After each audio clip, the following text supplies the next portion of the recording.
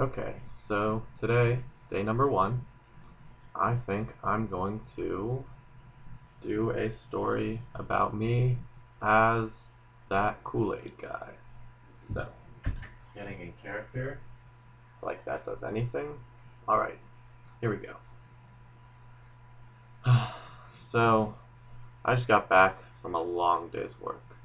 It was really tiring, let me tell you. Basically, anytime someone says, "oh no," twice in a row, I have to be there. You know how hard that is? That's like being Santa Claus 24/7. Seriously. I mean, how many times could someone say, "oh no," twice in a row? You would think it wouldn't be that much. But it happens to be a lot. Someone stubs their toe, they go, "oh no," and then someone else hears them and goes, "oh no, what happened?" Well, that's two. Then I've got to come in and bust through that wall. What if it's a brick wall? Brick walls are hard to bust through, let me tell you. Ugh. People just go insane with their oh no's. You don't even want to know. And if I say oh no twice in a row, you would not want to know what happens. So basically, today, like I was saying, someone stubbed their toe. Oh no. Oh no, what happened? I bust through. I'm like, oh yeah. Yeah, that's real good. People definitely appreciate that. And then they want to go buy some Kool-Aid. Yeah, that is not the way that I want to make my entrances.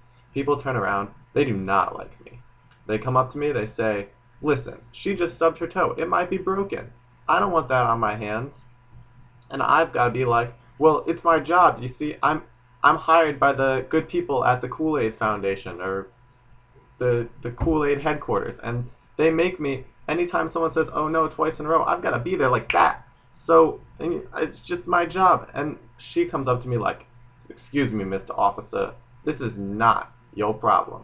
She stubbed her toe right there, and we have got to get that fixed. So unless you can get us to an ambulance real fast, then we are not going to be on the same page." So then I've got to go and find an ambulance. That's not part of my job description, is it? No.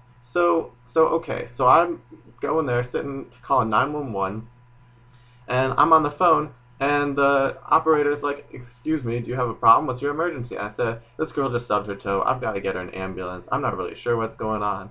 And she said, "oh no." And then someone else behind her said, "oh no, what's going on?" And you know what I've got to do? I've got to run over there to wherever they're picking up the 911 calls and bust in their room. And I've got to be there like that so they don't even notice that there's a difference in time. So, of course, I travel through the telephone lines because that's the fastest way to get there. And I bust in, and I'm like, "oh yeah."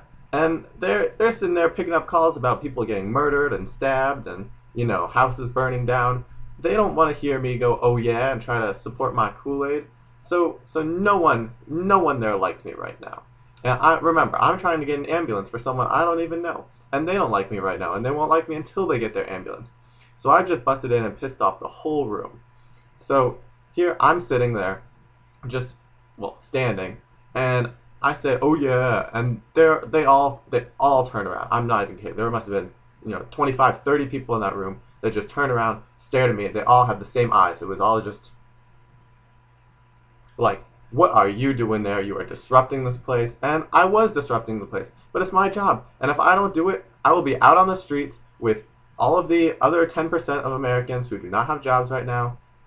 And that is just not a place I want to be, because you do not have any idea how hard it is to be homeless when you can also be drinkable, right?